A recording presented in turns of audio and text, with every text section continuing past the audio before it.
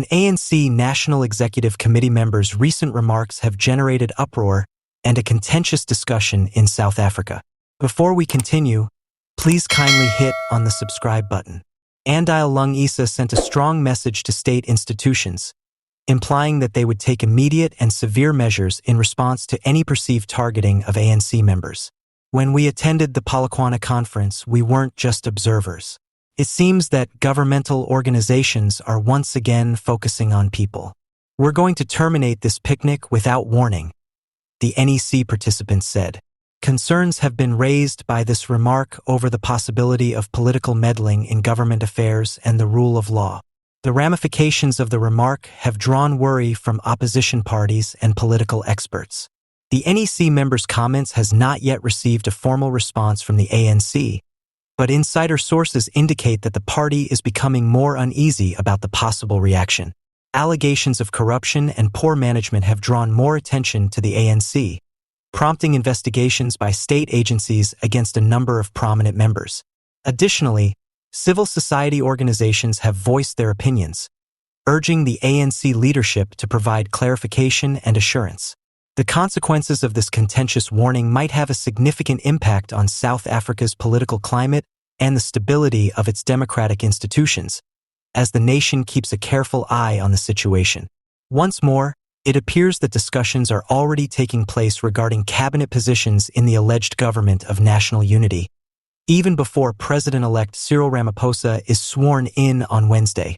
This is based on remarks made by Democratic Alliance, DA, Federal Chairperson Helen Zille on Radio 702 this morning.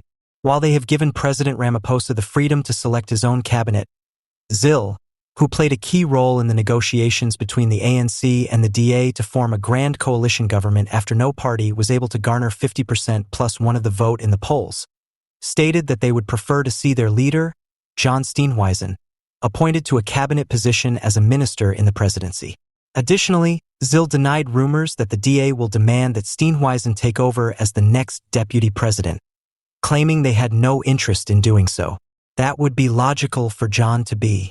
We didn't advocate for John to serve as vice president, Zille said on 702.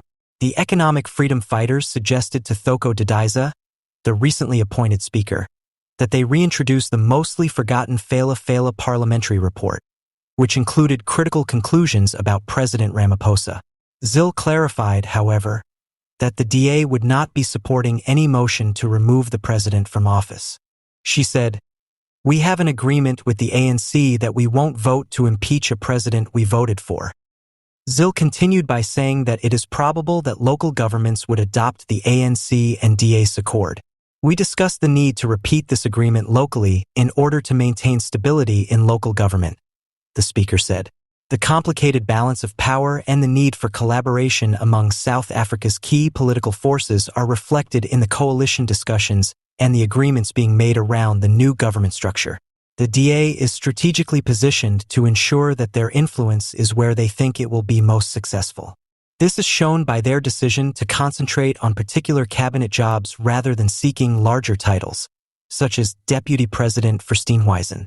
The final cabinet nominations will provide important insights into the dynamics of the coalition government and the future course of Ramaphosa's administration, as the country keenly monitors them.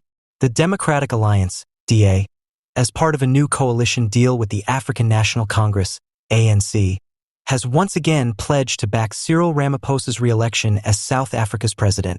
The deal was struck on Friday morning at the first parliamentary session when members were sworn in, according to DA leader John Steenhuisen.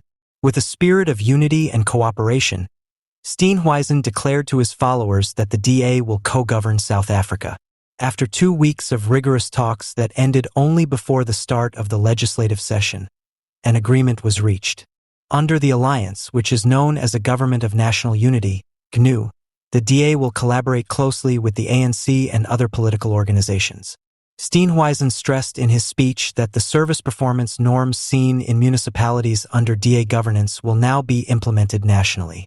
He said that as part of a multi-phased negotiating process, the DA was supporting Ramaphosa. As the leading contender for president from the alliance, Ramaphosa will be able to choose his cabinet after talking with GNU leaders.